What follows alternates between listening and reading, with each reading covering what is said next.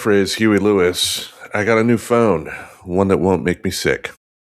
Oh, nice. I know we talked a bit about it. You got a slightly younger model than the one I have. Yeah, I have joined the Samsung family for phone and finally done away with the iPhone. Not out of, I mean, even though I detest that company after my years of working with them, even though it was just on the retail side, when you see a corporate structure set up the way it is, and the type of people that they reward for moving on up, it's easy to detest a company like that, but.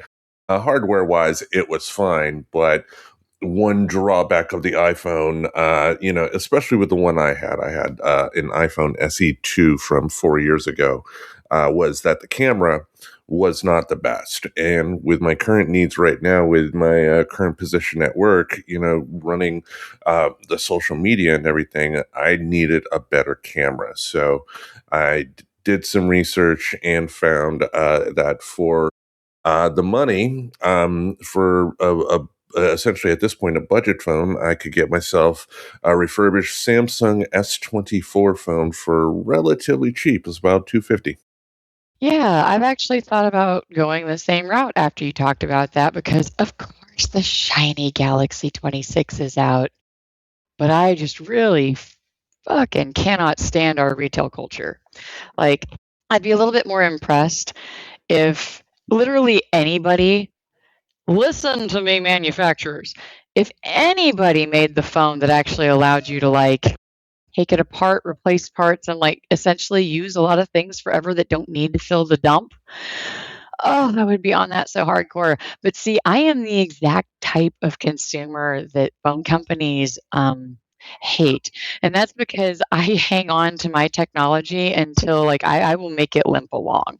Like, for example, I really thought we were coming up on needing to upgrade my phone because it kept saying that my memory was full and it was all in these apps or whatever. I found out it was just a bunch of old screenshots and crap that I forgot to Oops. delete. Because, I screenshot quite a bit to share information with people. What was funny was the Mr. Reverend, we had no choice but to upgrade his phone when we moved back because we found it just stopped working.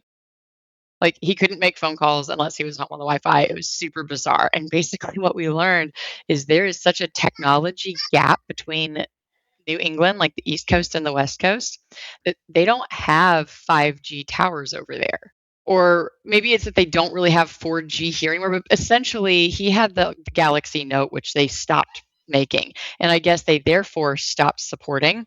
So he wasn't getting the updates needed. So essentially his phone was like, there's no towers. We can't work. That was such the weirdest planned obsolescence experience.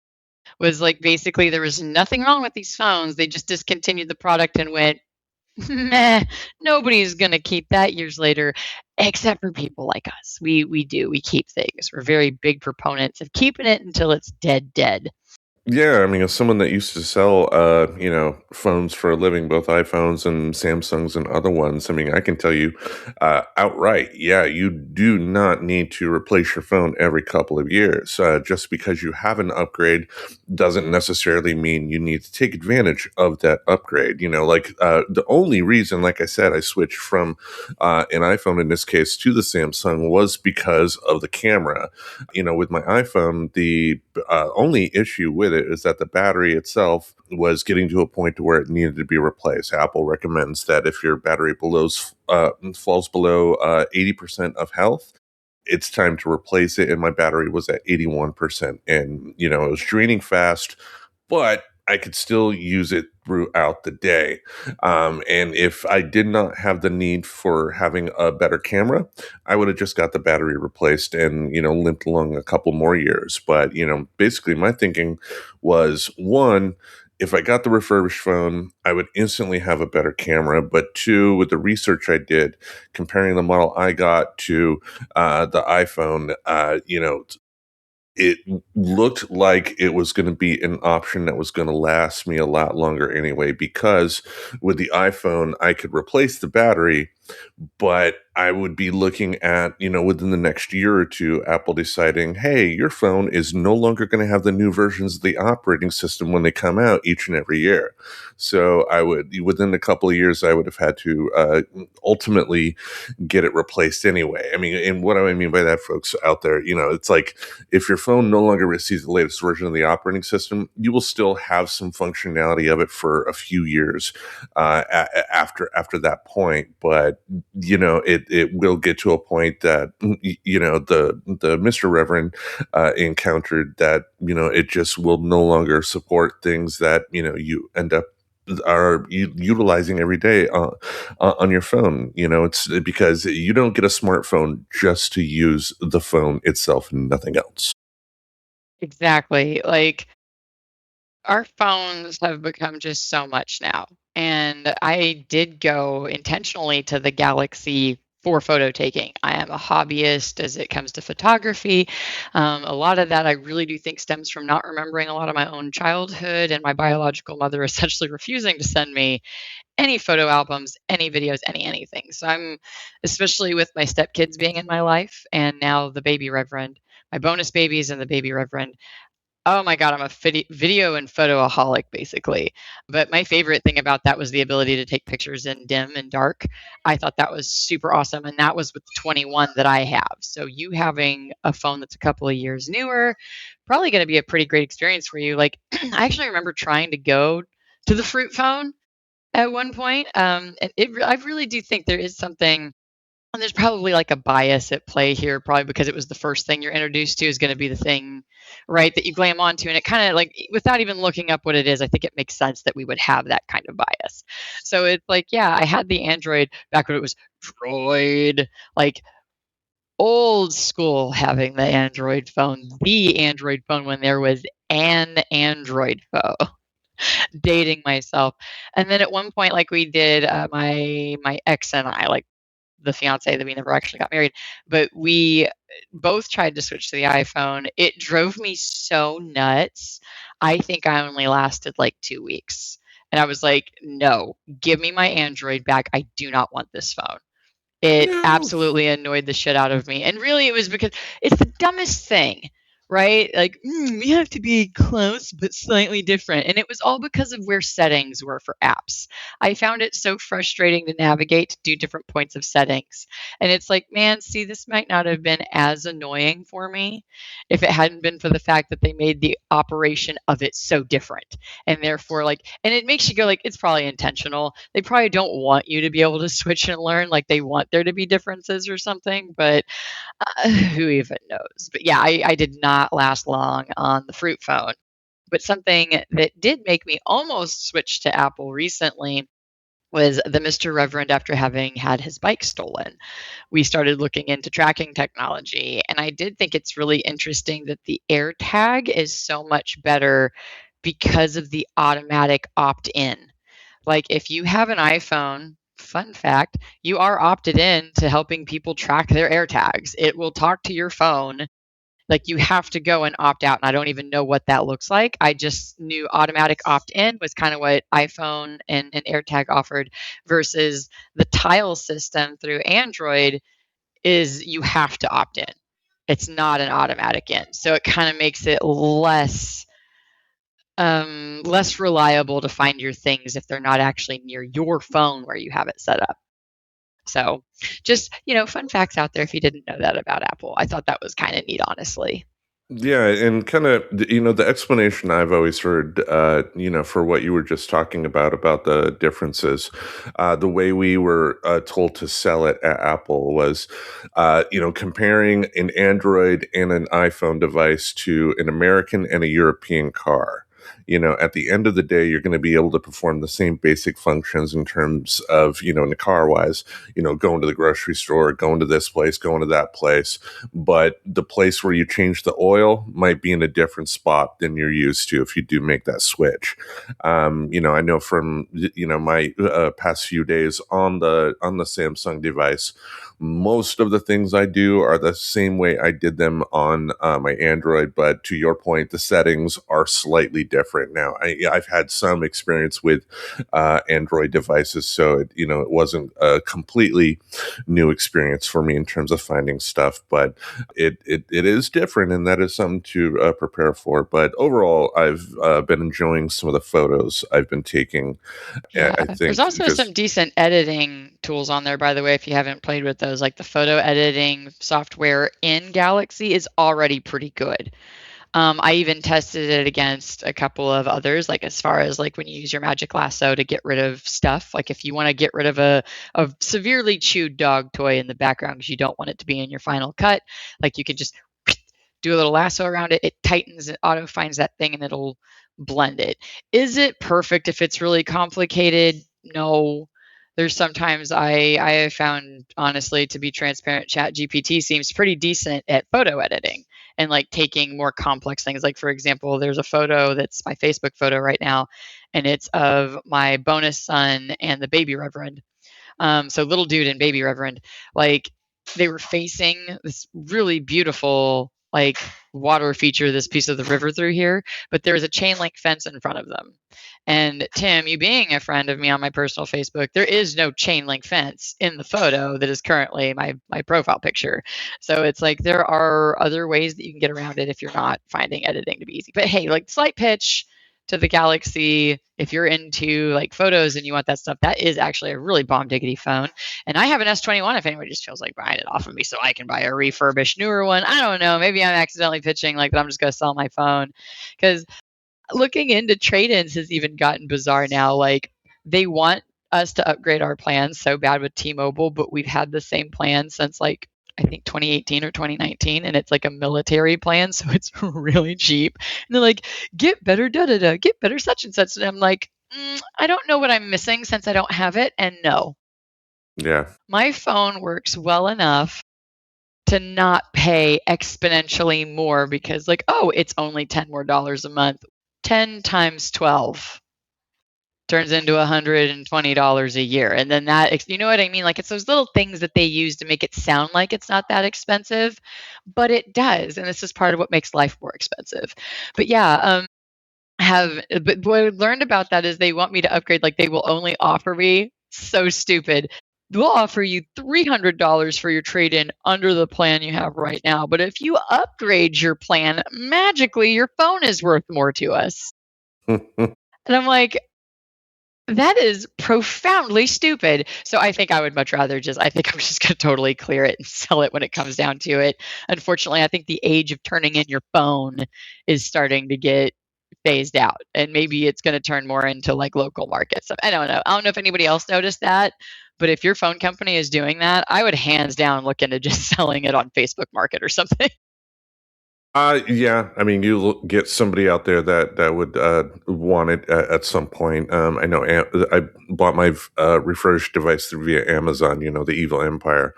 They had trade-in options as well, just not for my particular model. But ended up buying an unlocked device, and it will suit my needs. And that's really all you can ask for. And for the story you just told, it makes me glad I have a company like Mint Mobile. One of those third-party places, because in terms of service, the service is pretty much comparable to what you can get with, one of the big four. I believe it's big three now, or no, it's still big four, I believe. The AT&T, Possibly. I think T-Mobile, AT&T is still relevant. Sprint, and Verizon. Yeah, Verizon. yeah, but Mint, really? Yeah, that's right. Sprint.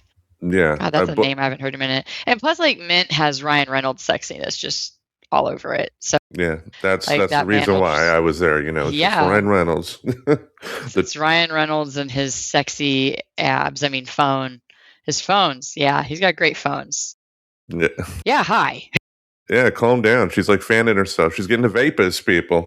I don't get that way about many dudes, by the way. Like, I try not to be that person that objectifies, like, people, like, just because they're famous. Like, I don't think it gives us permission to just be dogs. And I also don't think being born with a vagina gives me any more permission to be dogs about it. Like, and I think, like, what's sad is I have ran into that on the internet because you know me, you know my style. I like to challenge people. I'm not trying to be an asshole.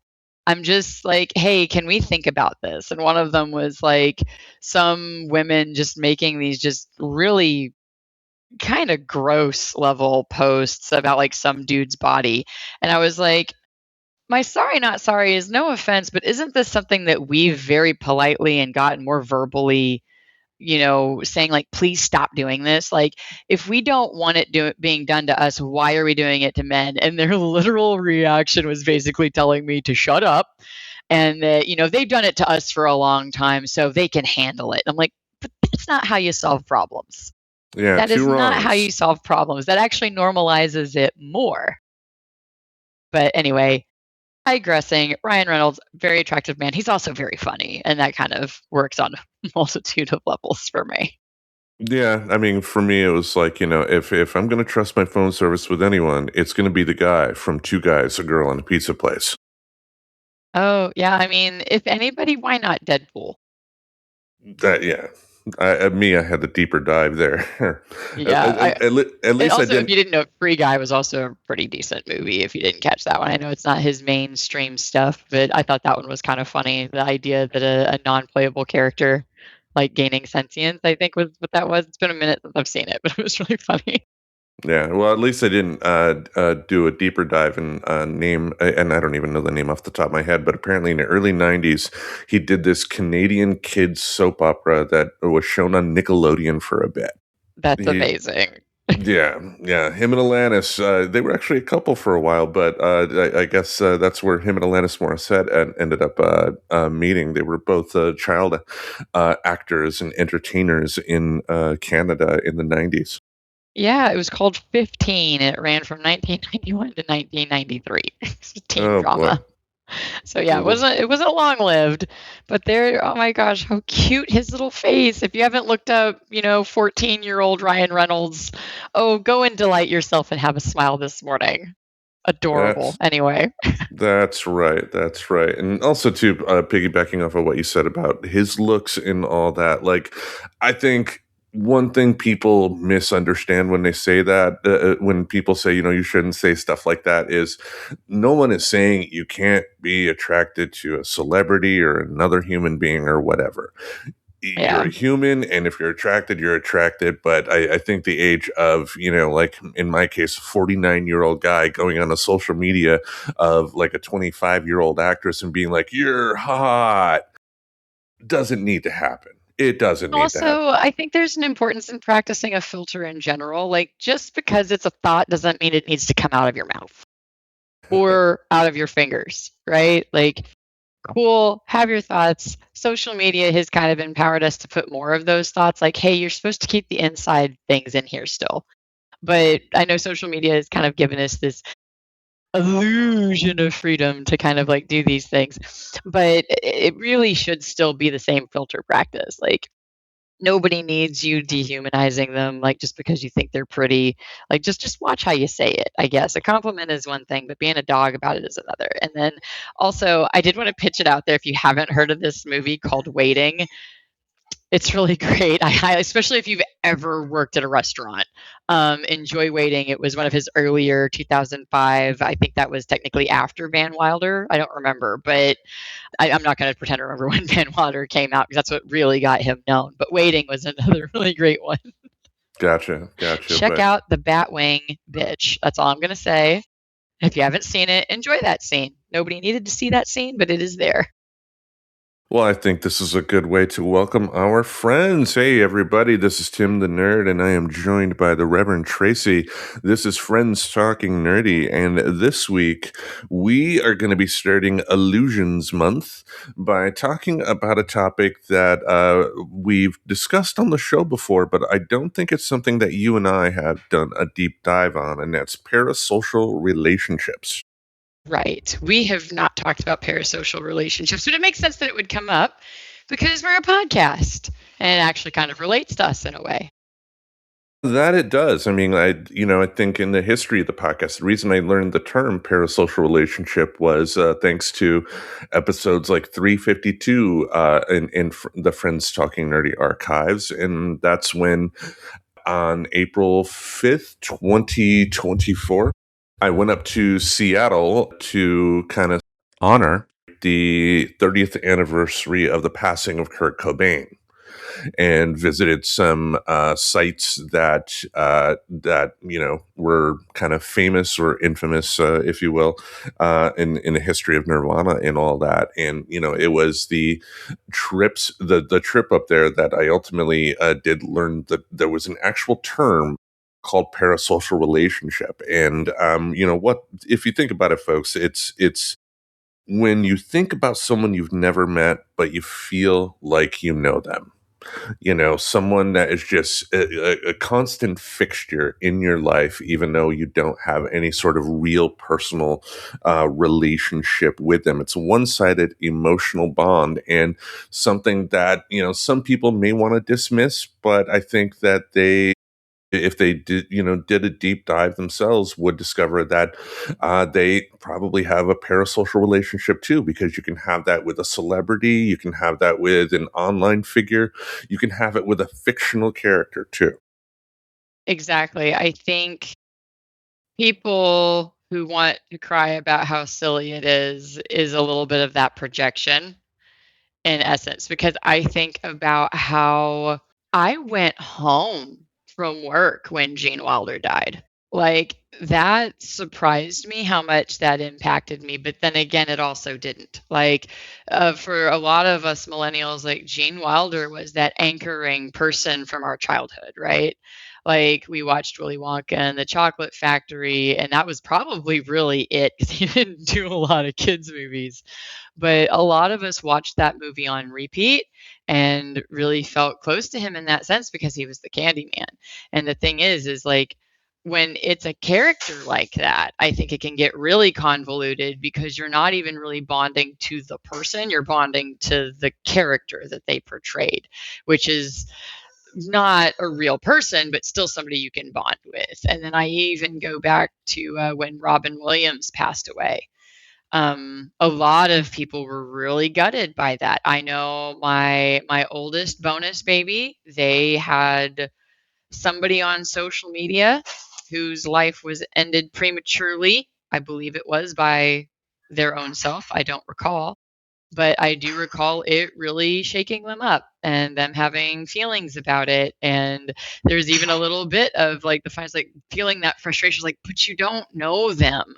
And I think a lot of that comes from a genuine space of we don't want the people we care about to suffer, right? Like it's kind of like we want to problem solve almost. That's why it's like one of those things that gets negatively memed is somebody trying to help give a solution or help relate to what you're going through, right? I know we've talked a bit about the history of psychology, about narcissisms and everything, but it's not really narcissistic. That's actually like an attribute of human bonding. Like we want to bond and soothe each other. We don't want to see somebody we care about in misery. So we try to go like, oh, well, you didn't really know them. And then of course that doesn't work, and we'll probably get into some of the psychology on that too. But yeah, like you kind of want people to realize like, but it's not like you braided each other's hair, right? But it's not like blah blah blah. But it's more surprise surprise. Our brain and how we process things is just more complicated than we want to give it credit for because it is essentially like a friend died. Like especially and what I learned researching, bouncing off of your notes, I'd actually have some shit to say is that, once again, our brain is going to take something and process it similarly to like process it in a way that's similar to a totally different style of interaction that we have, right? Because what have we learned is our brain really likes to take things as physical pain, for example, that we would be surprised processes the same as physical pain. And so this is kind of almost the other side of that is our brain bonds and gets connected in this way as the same kind of similarly to face-to-face friendships. And I guess it can make a difference if you're hearing them versus if you see them, but there's more later on that, I think. You speak of Robin Williams, like I do remember where I was at work, and I had a fellow coworker like step in from the main floor. It's when I was doing computer repair, and they walked in and looked absolutely gutted, and everybody was like, "What's wrong?" And then he said, "What happened to Robin Williams?" And everybody that worked there was just like they were had a kick in the gut, a figurative Yeah. kick in the gut, hearing that news. And it's easy to dismiss, like, some people's feelings. Like, I know initially, like when George Michael passed away, for instance, I got annoyed that all of a sudden everybody wanted to start playing George Michael music, but I had to pull back a little bit. Like, let them have their time, because there have been plenty of musicians that have passed away that, like, oh no, I got to listen to their stuff, man. Like last year, when Ozzy Osbourne passed away, like there was a good week to where I just listened to nothing but his music over and over again. You know, that happens because, for me, I had repeated exposures to him over and over again. And those repeated exposures, the brain treats it as if you were developing a relationship with that person. And in the case of Ozzy Osbourne, I actually saw him in person once on stage, not like hi Ozzy type of deal, but I went to a Yeah. concert of his back in 99. So it's like I had that little trick that the brain thought was like, oh my God, someone that's close to you, you were in the same room with him.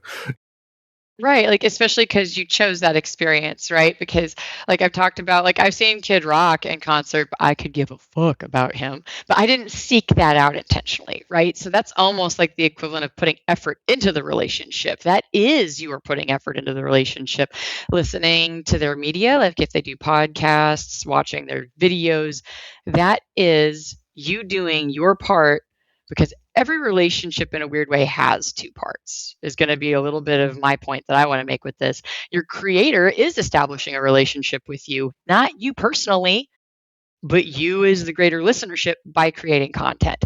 And then you are showing your effort by engaging in that content, by sharing the things on their page. Go share our posts and listening to their podcast. Listen to us on multiple medias. You know what I mean? Sorry, trying to be a little bit silly there. But yeah, the reason parasocial relationships feel real is not because you're confused or naive, which is a lot of where people try, like when they want to put the band aid on it for you, especially with a death, right?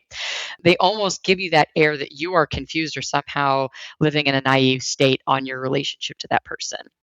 But it's not. It's because your brain is running the exact same social processing software for a podcast host as it runs for your actual friends. Because familiarity, repeated exposure, and emotional resonance, those are the inputs your brains use to decide who is in your tribe. And it was never designed to account for broadcast media, right? It's kind of like how we take other psychological terms and apply them to the macro scale, right? Like, because we've talked a lot about how it does as an individual, what psychology means, but because of the greater group of that collective experience, it does apply to the bigger picture.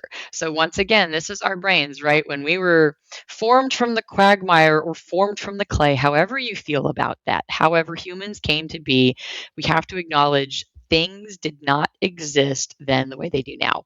But our processes, how we bond with people and how we work as a creature, has existed for that time and has had to adapt. And therefore, it's going to take those old mechanisms and apply it to the new things because we want to make sense of new things. And so I think in a way that is our brain's way of accepting change, is by applying things that we normally apply to like face-to-face social interactions.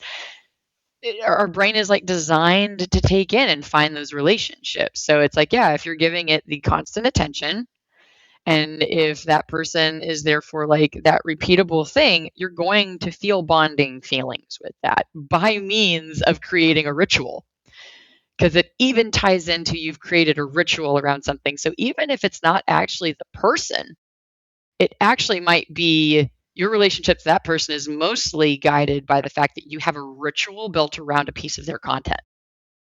Yeah, and if you think about it, 2026, it makes it kind of harder for people with parasocial relationships, because we get our entertainment now in so many variety of ways. And with the entertainment industry being as fragmented as it is, I mean, you can have parasocial relationships. I mean, we've already discussed it with like podcast hosts, with YouTube hosts, and everything like that. And, yeah, we don't have the biggest audience. We're not, trying to claim like everybody has a parasocial relationship with us here, but we can use ourselves as an example here. I think one thing that I find very interesting and weird about this show is that in a lot of ways, it is a time capsule of me going all the way back to 2017. And it's a time capsule of everybody involved here. It's like we do kind of pour ourselves into this, and to the point to where someone could conceivably listen to a few episodes and feel like they, do know us.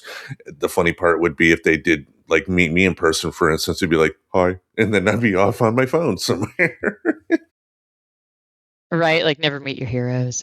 But yeah, it's like thinking about what your brain is actually doing when you recognize someone, right? Like and realizing it doesn't really matter.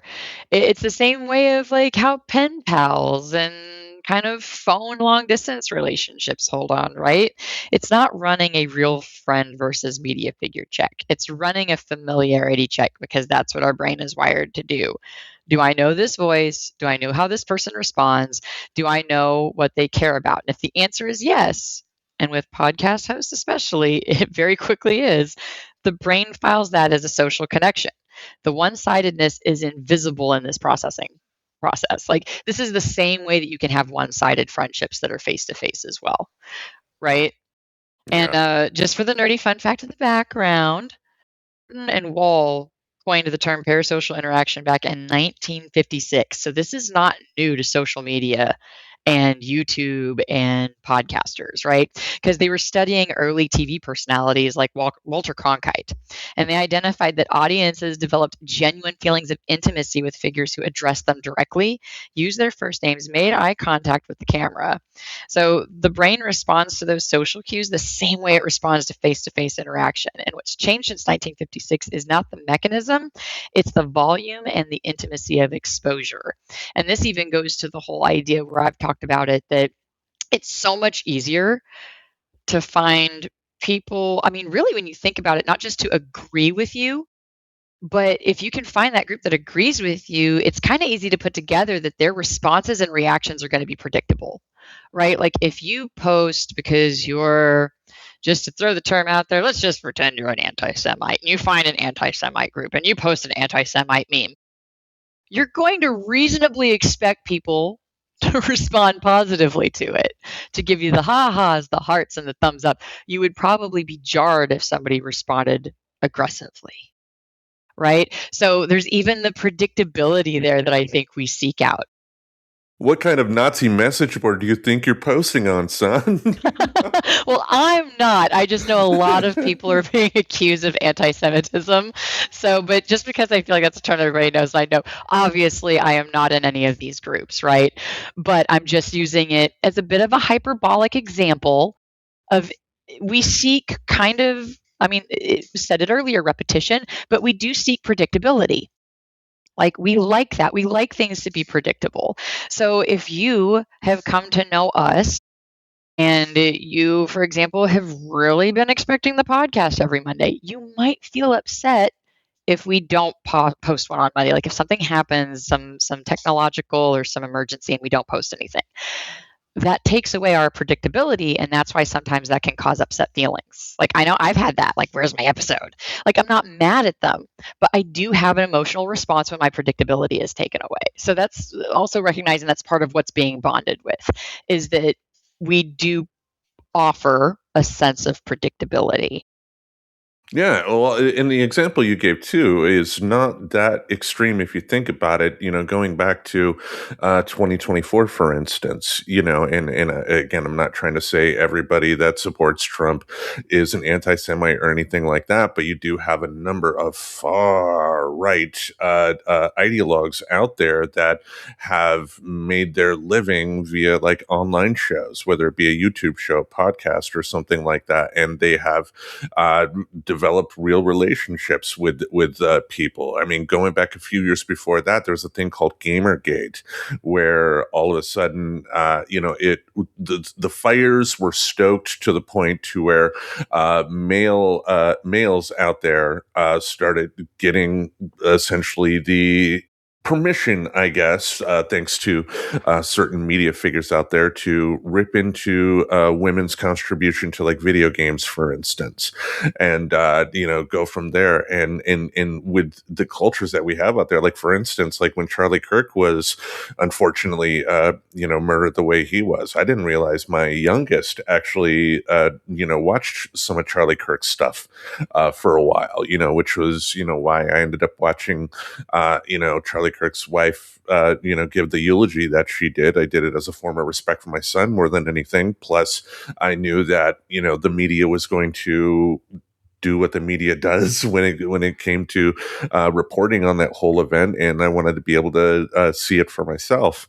But there were a number of people out there that were getting these connections with people and getting them to in my opinion, vote in a way that was against their self-interest, just because they ended up having and creating that type of relationship. And from the sounds of it, it sounds like that the person who is ultimately allegedly, as they're in court, the whole thing's not finished yet, but so that's why we have to say allegedly, but allegedly uh, the shooter was someone that used to be a fan of Charlie Kirk's, but then met and fell in love with a trans person and felt doing what he did was the way to go. And it wasn't, but that's a tale for the courts to tell. But that was a parasocial relationship right there that went wrong.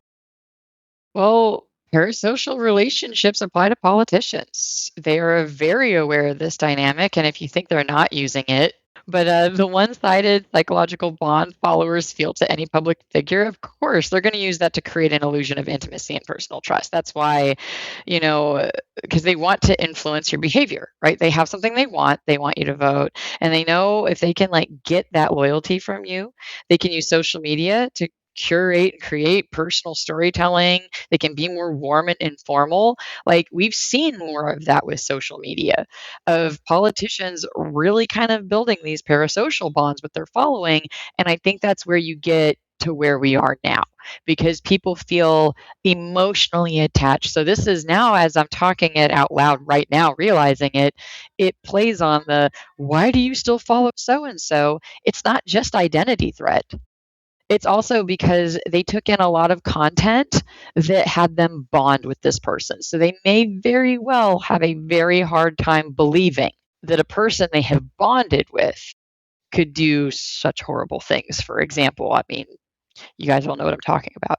But yeah, like that's part of the complication of why it's not easy as just don't follow them anymore. It plays on a lot of psychology that our brain was not really built to just easily dismiss, right? Because it goes back to, our brain is taking this the same as somebody you've had weekly coffee with. And I mean, think about it. Sometimes we learn about atrocities in our own family or our close friends. Like a lot of people are like, oh my gosh, I can't, like, there is like that little bit of like, you don't believe it at first sometimes. And then sometimes, fortunately, facts can be presented and you can see. Ideally, you can be presented with facts so that you can see what's true and not true. But, initially there is that, no, this can't be true because I am a good person and I am friends with good people. And so not only do I have an identity thing here, I also have a bond with this human that you are now trying to tell me that I need to believe is bad. And so there's almost like that double thing, I think, the double edged sword on that one. Well, I can throw a name out that yeah, I'll throw the name out: Vince McMahon. I'm a huge pro wrestling fan. If you listen back in the archives, I've talked about it a lot. Yet, if you look in the news, you can see a lot of stories about what a horrible human being Vince McMahon is, and I've kind of had to square that circle myself when it comes to enjoying professional wrestling, because it's like a lot of my favorite memories of professional wrestling throughout childhood are thanks to a person who, if everything is true, was a sex trafficker, was a horrible human being, who may have gotten a professional wrestler off from a murder charge by walking in with a briefcase to a sheriff's office and walking out without that briefcase. the illusion being there was a lot of money in it, and if we look at the McMahon family now, Linda McMahon being the head of the Department of Education, it's like, yeah, yeah, Vetting process for those offices is whoever will say yes. uh, pretty much, or give a lot of money, Not but just to the job, but to a man. Like, yeah, I can understand that. I can understand that whole concept of what it's like of enjoying content from somebody that you later find out is a bad person, because you'll have a lot of people like, well, Vince McMahon is bad. It's just easy. Turn off the wrestling. And it's just like, if you're a longtime fan, though, it can be hard because that you grew up watching that stuff. You enjoy yeah. it. I think something some people might be able to relate a little bit more to, Bill Cosby. Bill Cosby was a big emotional blow for people because that was our childhood. That was innocence. Like, even his stand up was like family friendly. I'm pretty sure it was like Robin Williams, where you were like scarred if you wondered, hey, I'm going to watch the genie do stand up. No, like that was a totally different human. Oh, okay. Genie character. Got it. Uh, not at all representing, making new words on Friends Talking Nerdy, not at all representative of like his actual character, like his actual being. Like, it's a part of him. Don't get me wrong, because I kind of am of the philosophy of there has to be a little bit of yourself in your characters, otherwise you're not acting, you're lying. So I do think like there's parts of that there, and that's part of probably what we bond to as well. But yeah, like I kind of forgot what I was getting onto there, so I About Bill apologize. Cosby, yeah. Oh, like just Bill Cosby being jarring. Yeah, that was it. That was because Bill Cosby, his comedy was even like family friendly. So we had him like a lot in our households, more than I think we realize. And like the chocolate cake joke, I still hear people bring up how chocolate cake can be breakfast. And that's his joke because it's got flour, it's got eggs, it's got, same thing as like a lot of breakfast items is the whole thing. So therefore, I can feed my kid chocolate cake for breakfast was kind of the joke, or just cake in general. But yeah, like that one, I think was, I'm sure there were a lot of people that responded with fake news, with not wanting to believe it, probably because they felt they knew this man well enough to go, there's no way he'd do that. No, not Bill Cosby, not like essentially a children's entertainer. You know what I mean? Like, can you imagine if anything bad ever came out about, say, Mr. Rogers? Like, I think a lot of people would die. Like, maybe not literally, but like, you just have to realize, like, it depends on what pedestal they were on before the knowledge was let out. Right? Right. Because a lot of us want to like kind of almost forget Cosby. And therefore we're kind of forgetting the emotional processing that happened as we learned he did a terrible thing. And that did matter to people. It hurt too, I guess, for people of our era because of how much good he did do, in terms of, shining a light on the African American culture when we were at a point in our country to where we were trying to like whitewash, like the civil rights era and stuff like that. Like the simple act of putting on a sitcom of an affluent black family was revolutionary in a lot of ways. And then look at the work he did with like Fat Albert and the Cosby Kids, teaching kids stuff along the way there to find out that he was a monster all along. Oh, man. Kick in the Just, gut. oh, yeah. And I mean, you want to talk about how it was a kick in the gut for us cracker white ass people. How do you think that felt for the black community? Because he was a very well known and respected and loved figure in that community. So I imagine there was even a further sense of betrayal there. Like, I don't know, I might need to ask my friend on that. Like, hey, how did you feel about this when it went down? Because I can ask her one of my cracker ass questions, as we call it. Like, because I imagine that was probably pretty profound in the black community, that having to really process that somebody who was a successful black man, like apparently using that power to do terrible things anyway. Are you familiar with? I believe his name is W. Kamau Bell. No. He's a comedian. Also did some documentary stuff on CNN and everything like that. He's a black guy and all that, but he made this great documentary on Showtime called "We Need to Talk About Cosby," and it was in my opinion, one of the best documentaries I think I've seen in a long time. I put it up in my top five favorite documentaries of all time, too, because he came at this as a black comedian. Like the reason he was able to become successful was because Bill Cosby, helped kick down doors that allowed him to have a career, and yet Bill Cosby did everything that he did. And in that documentary does a great job of kind of exploring, not only Cosby's life, the positive and the negative, but just how much it did affect the black community out there. Like, you do have a number of people that I'm sure today will refuse to believe it because they will have the mindset of it's the white man trying to take a black man down. Right, because I'm sure and I can understand why that belief exists. Yeah, because it's happened before, but in this particular case with Cosby, like, the facts are the facts for a reason. When it comes to parasocial stuff, we want to talk about the brain when it comes to parasocial relationships. We are social survival machines, really. And even for misanthropic recluses like me, it's like you want to still be able to have some sort of a connection with somebody, right? When you observe behavior, it activates similar brain patterns as if, you're actually having that sort of a relationship with somebody. And you can easily get feelings of, familiarity and feelings of closeness to somebody. Like, there are some podcasts that I listen to on a regular basis that, I do feel like I know the host. And, again, if I met them in person, it'd be like, hi. And I wouldn't, ultimately say much, but that's just me. But, it's like your brain wants to use a shortcut. It's like I hear you often in the case of a podcast. So you are a part of my life. And that is your brain.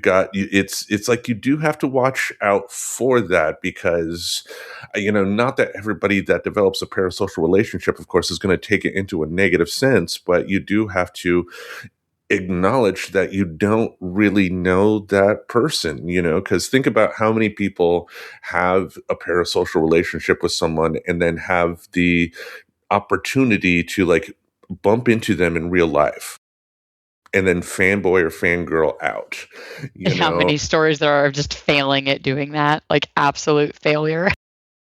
Yeah, I mean, you'll have plenty of celebrities that will talk about, they're in the bathroom, and then you'll have someone like in the next stall be like, "Hey, man, can I get your autograph?" And it's just like, no, you were not that close. Like, even if you were that close, asking them a personal request when they're going to the bathroom is ridiculous. One of my favorite ones that I came across, and I'm pretty sure it's true because they had a picture of him with him, was that oh god, Snakes on a Plane. I can't believe I'm blanking. Samuel Samuel Jackson. L. Jackson, yeah. So yeah, Samuel L. Jackson. They like saw him at an airport or somewhere and just like kept looking at him and stuff. And finally, Samuel L. Jackson goes, "Y'all motherfuckers want a picture or what?" Like just called them out on it. Like brought them over and took a picture. And I love it. It is so endearing when celebrities do that, right?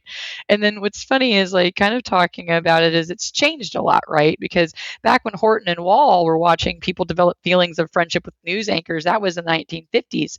The mechanism they identified was real and important. But back then, what they were observing was like a candle compared to the floodlight that we have now. The intimacy, the volume, the personalization, and the interactivity of modern media have made parasocial relationships categorically different in intensity, even though the underlying psychology is the same. It's the same as what they were looking into. Because in 1956, you watched a TV personality for 30 minutes a week on a shared family screen in a living room with other people. And I could see where people would say, like, hey, you have like multiple stimuluses there. So therefore, you would think you'd bond harder with that, right? Because you have their nonverbal cues, you have anything that they're trying to present and show you.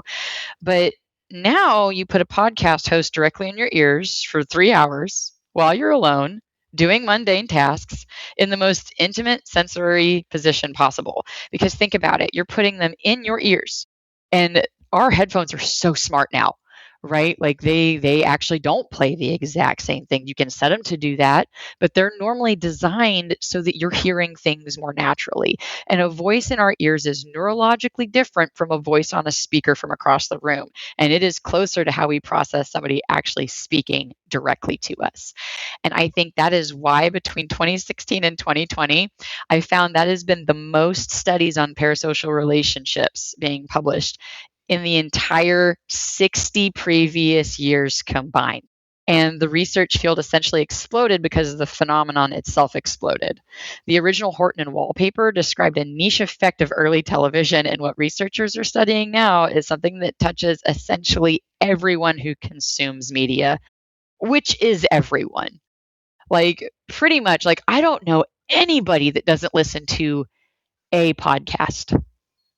Like, most people I know, like, probably barring the older generation potentially, listens to a podcast. And it almost goes like, I feel like we were primed for it by being the radio generation, right? We hung by our radio. We used to try to stick tapes in and desperately record songs. Like, we have been more geared towards ears only listening. And I think it kind of primed us perfectly for the podcast world in that sense. And then whenever you realize you do have the multiple factors, because to this point of talking about how these relationships form and feel intimate is, well, if you listen to the podcast, you maybe also follow the page. And so you're seeing them share things that they care about, which is effectively the same thing person to person that we've talked about how we pebble. Are you aware of the term pebbling? I believe we've talked about it before, right? Because I Right. remember you It's talking like about a shitty pebble. a shitty, oh no, my shitty pebble. That's a different thing. That's talking about how like we prize something in spite of whether or not it actually has value because it's ours. That was just me being funny and comparing us to otters.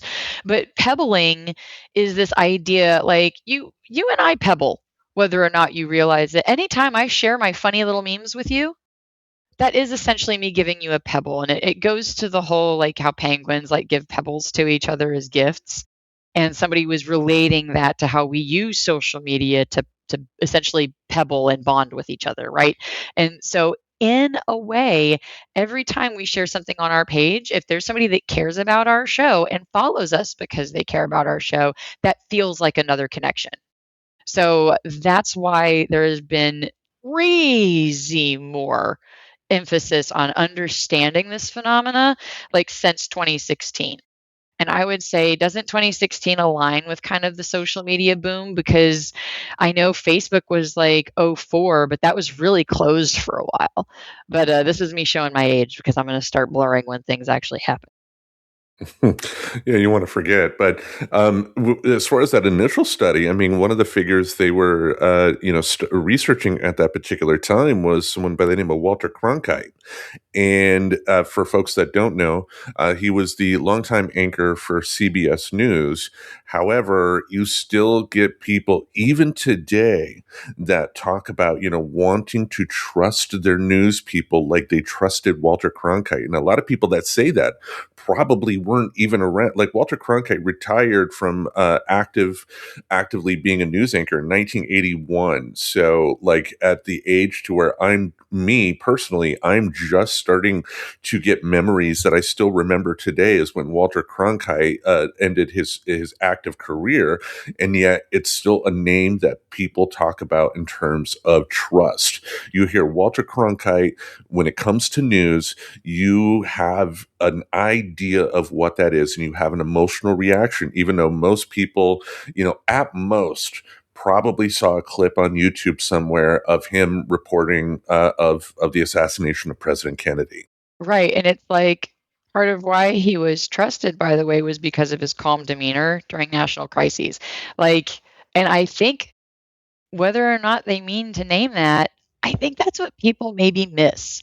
Whether they recognize it or not, I could see subconsciously going, I wish I didn't feel like my emotions were so messed with. And I would say if you really do genuinely miss that, I really would give things like NPR News Now and Up First a shot because that is very much how I feel about both of those two shows. News Now is an hourly show and it's like 5 minutes. It's just anything that's happened in the last hour, or is just kind of top of the news still relevant in the last hour.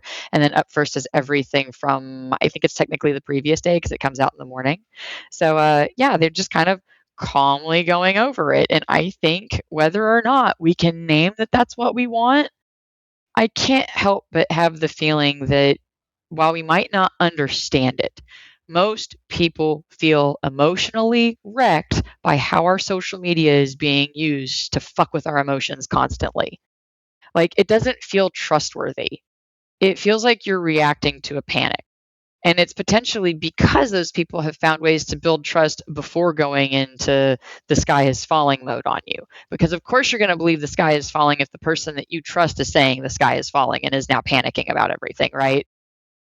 Right. And I think that is something too to think about when it comes to social media and parasocial relationships, because it can remove that quote unquote distance between the audience and the creator. Like I can think back to where I was on Twitter and responding to somebody who posted this picture, this behind the scenes picture of Jim Henson and Frank Oz doing the Menomina sketch, but I saw that Frank Oz was both of the Snoths. The creatures that do, not the phenomena guy. But yeah, but I initially thought it was like two different Muppeteers that were doing the Snows. I didn't realize it was Frank Oz, and I just made a point that it impressed me more to find out that it was just him that did it. Because if you think about it, he had to act like that they were two separate creatures doing what they were doing, and that takes skill. And out of nowhere, Frank Oz liked my response, and I walked around like, oh my goodness, yeah, Frank Oz, Yoda, Miss Piggy liked my response. Okay, I had that happen recently because I realized I am forming a parasocial relationship right now in a sense with this guy named Pastor Brandon. I have really appreciated the uptick in verbal Christians saying what this political party is saying does not check to the Bible. And I've really appreciated, so of course, like I already love him, right? Like he's talking about something that I care about. So he's gotten my attention. Hey, boy, hey. And he had done a post recently and I did a comment on it. It's like, yeah, like the Bible doesn't even talk about like modern gender topics or like really like homosexuality relationships in the way. Like I basically said, what you are saying, I agree with because the Bible doesn't even talk about this, but it does talk a lot about this other stuff, like feeding the hungry, helping the poor, welcoming the foreigner, which is actually like how that was translated, by the way. So I like brought up all these points, and he liked it. And I'm not even kidding. I almost screenshotted that to send it to you because I was so proud that he liked it. But by the time I went back to do it, like 10 other people had liked it. So he wasn't the top one anymore. And I was like, oh, I missed my Oh, chance to be like, Pastor Brandon liked my comment. Oh my, giving me the vapors. But yeah, it's funny how quick that can happen. And see, there it is. I have one. They're not bad to have. They're just important to recognize, right? Because I should make sure that if he starts posting like aggressively, maybe mean things, pump the brakes because it is potential that he's trying to build the relationship first. And yeah, that's you just want why it's important. Just be aware. Be aware that it happens. And it happens easily because our brain is geared towards bonding and it wants to bond with wherever we're putting our effort. So, following feeds, listening to podcasts, reading posts, you're going to encourage your brain to bond with that person. And that is with great power comes great responsibility on that one. So, just be careful with what you're doing and know maybe kind of the signs, right? Of when know your own personal boundaries and don't get them too blurred, I guess is how to summarize that one.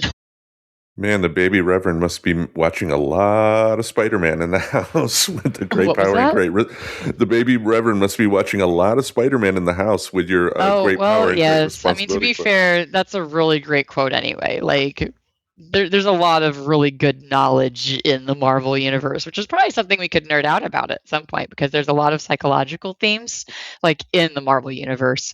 But yeah, like that saying, as much as it makes people smile from nostalgia, is true. And I think that's where we bring a lot of value is we try to talk about where we do have power And as much as it sounds like we're telling you that somebody is like basically sneaking into your life via your feed, like you do have power. You just have to recognize it. It even goes back into what we talked about that we learned with Jung is if you don't understand why you're doing what you're doing and what's making you tick, you're going to think that it's fate and that it is ruling you, right? Like these parasocial bonds and relationships don't need to be mysterious. We just need to understand them so that we can know how to not be taken advantage of by them when they do go toxic, as they do sometimes. Case in point, politically, I don't think it's a good thing to have parasocial relationships with politicians right now because I don't think they're using that power responsibly. Yeah, I mean, it's easy to fall into that trap of of forming a parasocial relationship with a politician, but you can't let it form so much that it blinds you to the mistakes they do make. Like, there are plenty of mistakes that Obama did. Like in terms of Obama's presidency, my opinion, I think it was mediocre at best. I think he did a lot of bad things that helped set the plate for what Trump ended up doing when he got into office the first and the second time. But that's a different story for a different day, I guess. But, But like, yeah. If yeah, you want to know some of the missteps of Obama, talk to military people who lost their careers because that was a lot of where I understood, like, oh, that's why the military doesn't like Team Blue because you guys have been pitched as career enders.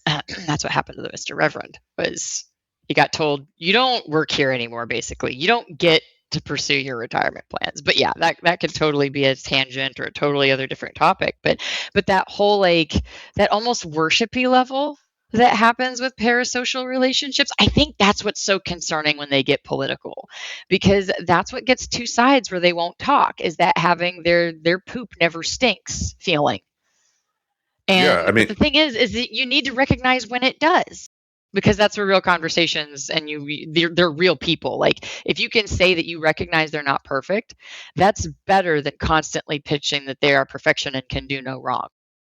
yeah, I mean, because during the Obama era, there were plenty of people out there on the Team Blue side that thought essentially Obama could walk on water, and that there was nothing bad that he did. When in fact, if you do look at the history books, he did plenty wrong, and his placating of Republicans quite wrong in and of itself. But kind of getting back on topic here, when it comes to stuff like social media or stuff like YouTube or anything like that, it can give you illusions of access because you have people, whether it be like on social media, like celebrities posting pictures of what their day is like.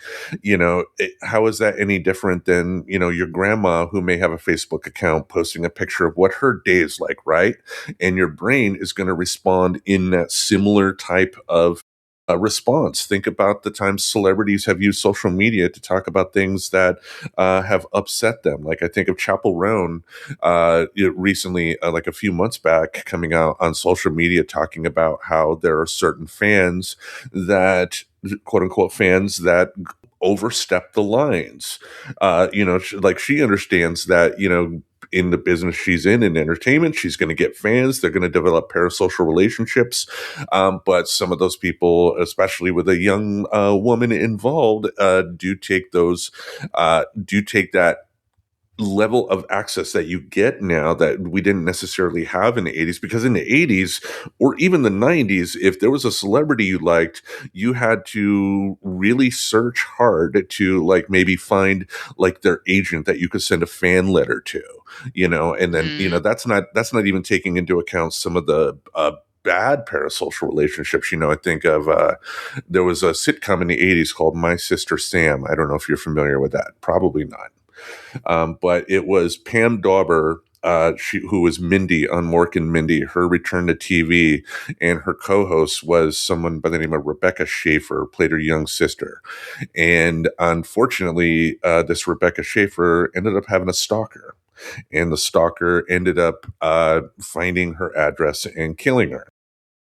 And that is an extreme example, but there are people that will overstep their bounds, as essentially fans, and think that because they have these feelings for this particular celebrity, it's somehow okay for them to like find their personal home, to like go to them in airports at like 5 o'clock in the morning, like in the case of professional wrestlers, and demand that they signed like photos or action figures that they can sell on eBay or something like that. And it's like, you really do have to check yourself, because like the algorithms for social media or stuff like YouTube will act like matchmakers. That's the reason why some of us haven't seen celebrities like Sabrina Carpenter, for instance. I watched the new Seth Rogen Muppet Show on Disney Plus, and Sabrina Carpenter was the host. And I'm watching it, and I'm like, "Who is this? I really haven't seen her before." You Um, feel betrayed a little, don't you? Like it's almost visually jarring. Yeah, because to me it was like I have no clue who this person is, but then I find out, she was like, on a Disney Plus show, and then started a music career. I believe she even has some Grammys, but like I'm the 49-year-old that's so out of it that I have no clue who she is. But um, How I feel when most people say any name ever. I'm like so just out of it with like having my finger on the pulse of people by name. I'm not good at that. That is not my talent. well, think of live streams though. Like there's a channel I follow on YouTube, a Council of Geeks. The host has a live stream that she will do throughout the week, and when you have a host doing a live stream, which maybe is something we can do at some point in the future, since we do have the technology, We it have it. We does. just want people to listen to it. First, yeah, yeah, but something like a live stream does kind of simulate more so a social interaction than we've had in the past, because you can comment to the person that's doing the live stream, and then they can read your comment on the air. Podcast, of course, are especially powerful when it comes to stuff like this, because it's geared towards something that you're already interested in anyway. It's long form, whether it be an hour or more or something like that. And when you have the voice up close in your ear, like you mentioned, your brain wants to form that connection, because that's just what your brain is wired to do. Like since before you were born, by the way. Like, think about that, like, how babies tend to know, like, their parents' voices, like, so early on, and I think that very well could be some of that wiring. It could go back as far as we are wired to listen and recognize when somebody sounds familiar, as far back as in the belly. And we know that babies are looking for faces too, by the way. They actually did a little study where they took three lights and oriented them like, eyes and what would be like the mouth or the nose. And they turned it in different directions and moved it around, and they moved the dots around too. So sometimes it was like the face shape and sometimes not. But anytime it was in the face shape, they would actually be able to watch that the baby would watch, like look around the womb and try to follow it. So we do anchor towards familiarity and finding familiar voices, familiar shapes, etc. So yeah, I really do. I think they're really, if they looked into it further, because I didn't look into this deepness of it, is I do wonder if that goes back as far as it is important for us to be able to recognize sound, because our ears are one of the first senses we really get. Yeah, like you mentioned the baby thing. My ex-wife did not like it before my daughter was born, when I arrived home from work, because I would come home, start talking, and then apparently my daughter just started kicking her like Yep. crazy. Yeah, like the baby reverend, when I was pregnant with him and it was New Year's, my cousin had some friends over to my mom's house because my mom was out of town, and that they were being a little bit raucous. And I could not stand to be in the room with them because the baby reverend was like, I do not like this. These are a bunch of strange voices and they are very loud. And so everything, meanwhile, screams at the haunted house, he was totally fine with. Granted, I wasn't as far along back then, but like that was kind of funny to me. I was like, really, this is gonna unglue you, but you handled screaming in a haunted house totally fine. Okay, okay, baby reverend, you're gonna be an interesting fella.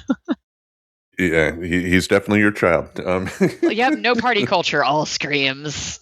Bring unto me doom. Yes. Well, We don't want to shine a completely negative light on parasocial relationships here because they do offer some positivity here. You can always throw out extreme negative examples of people that take it way too far and do silly, stupid, or even horrific things. Think of the guy that shot John Lennon, for instance. But as far as the upside, a parasocial relationship can be a companion to you during loneliness. There have been plenty of times where I felt lonely and depressed. And, what do? I can put on YouTube and watch an old professional wrestling match. There's that companionship right there. It's professional wrestlers I've grown attachment to that I'm still, getting some form of pleasure for. And I don't feel as lonely watching that. And, when it comes to something like a podcast, for instance, if you do develop a parasocial relationship with like a podcast host, for instance, think of the learning and self-improvement that you can do. Hopefully, for the people that hopefully you better develop a parasocial relationship with us. I mean, as host, like think of all the mental health stuff that they could conceivably learn if you have a parasocial relationship with a political commentator, for instance. Like, hopefully it's a good person that you're listening to here, folks. But that's the thing, though. It's like you can learn a lot from people that you do have that parasocial relationship with, and that is something that must be acknowledged. Because it makes sense, because when you feel bonded to somebody, you're more open to hearing what they have to share, right? Like research on parasocial bond strength consistently identifies authenticity as the primary driver. Like even talking about Walter Cronkite and why people miss that, the authenticity, the calmness, right?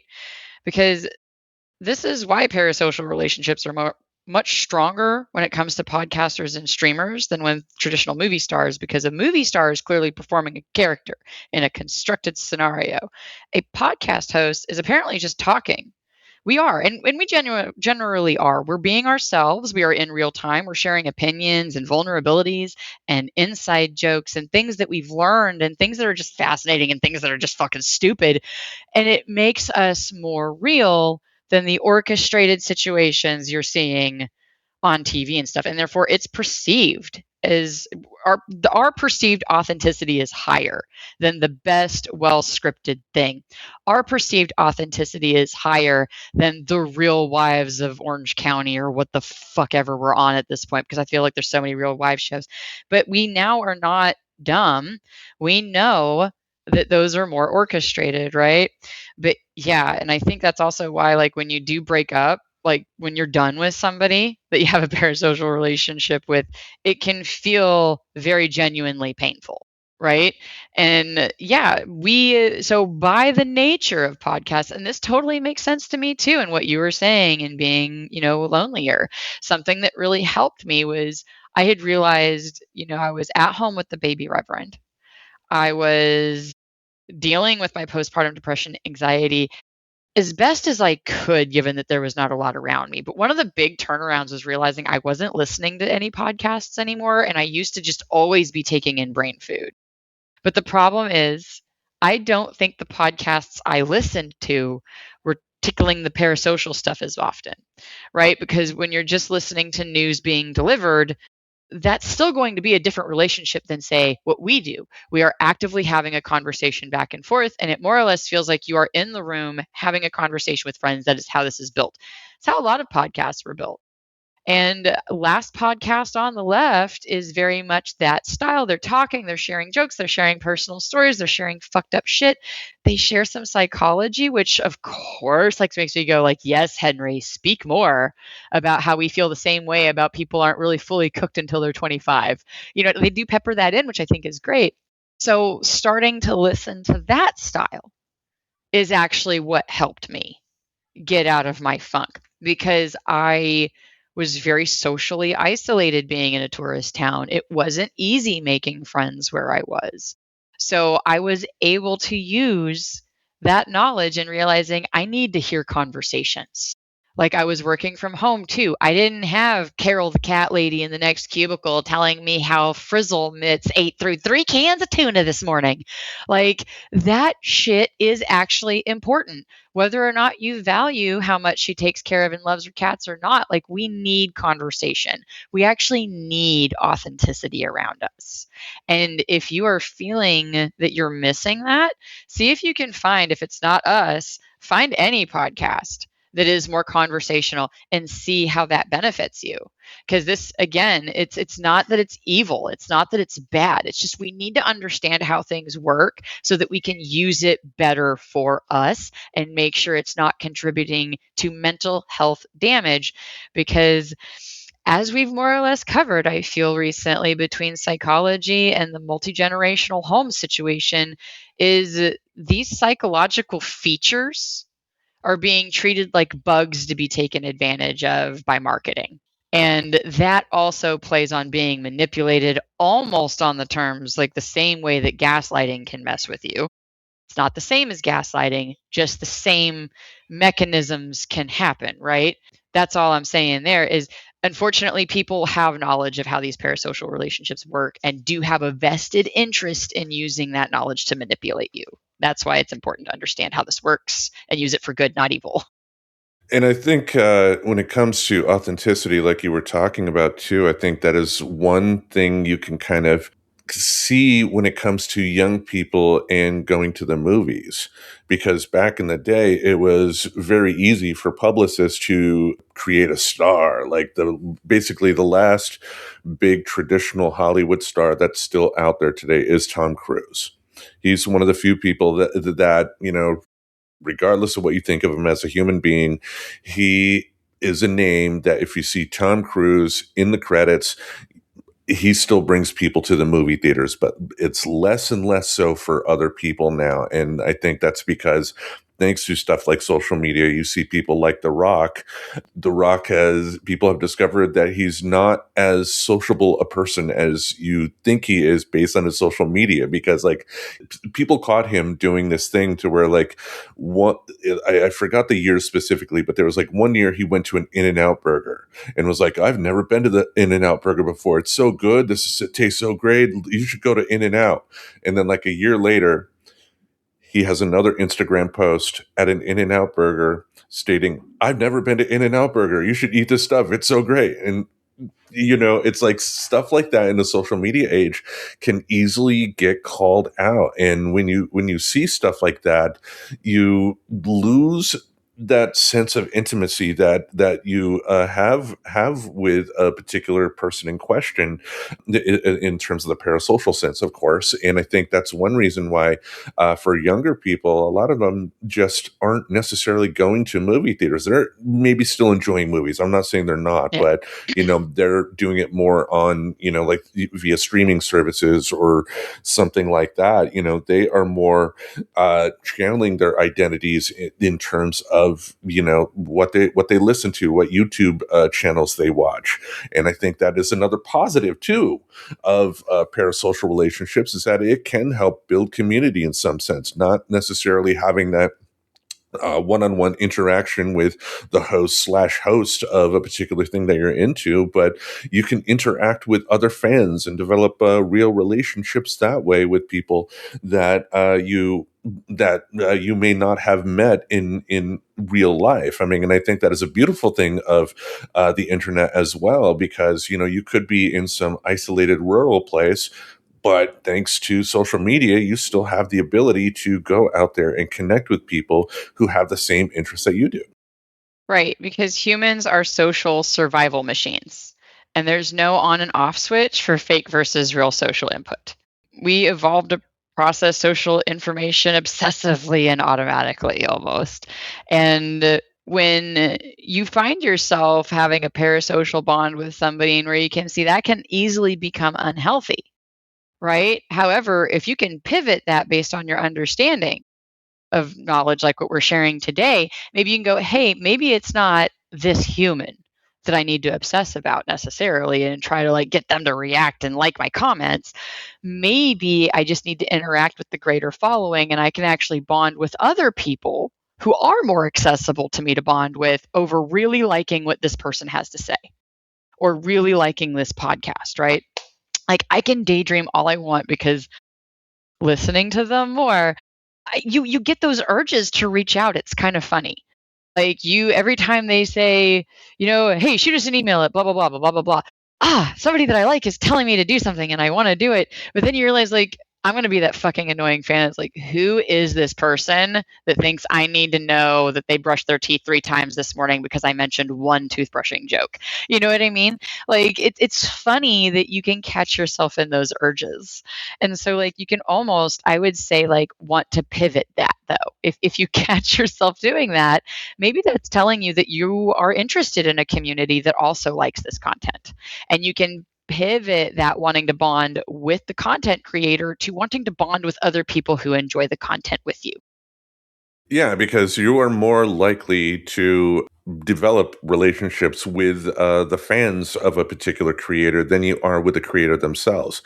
Which doesn't mean that if you are able to legitimately create a real relationship with a creator like your favorite podcast host or YouTube channel host or something like that, by all means, create a real relationship. We will support that, anytime that particularly happens. But the likelihood of it happening is kind of small. Like even a YouTube channel that the videos may get about 50,000 watches per video. That's 50,000 people that are consistently watching those videos. Yeah. And if all 50,000 of those people tried to reach out and form a relationship with the host of that channel, it's theoretically possible, but it wouldn't be the most fulfilling relationship. I mean, imagine trying to develop a real relationship with 50,000 people. Think about it. Right. And it doesn't Yeah, even make sense to have that expectation. And that's where it's like when you understand that social connection wasn't just nice to have for our ancestors, right? It was actually like a necessity. It was survival. It was being part of a group meant that you had protection, food, and reproduction. Being excluded from the group meant certain death. So the brain devotes enormous resources to tracking social relationships, reading faces, voices, monitoring who likes us and who doesn't. And so when you realize that, it's like if you're trying to build a social connection, it doesn't actually make sense understanding what we know about what we do and how important social connection and tribe building is. It's not actually as important to focus on the one person, but because that's who is speaking to us, that's who we are taking in, it feels like that person is the important thing. And this even plays into mirror neurons. It's a big part of the story here, I found out, because when you observe someone expressing emotions, even on screen or in your ears, your brain activates similar neural patterns to what it would activate if you were experiencing that emotion yourself.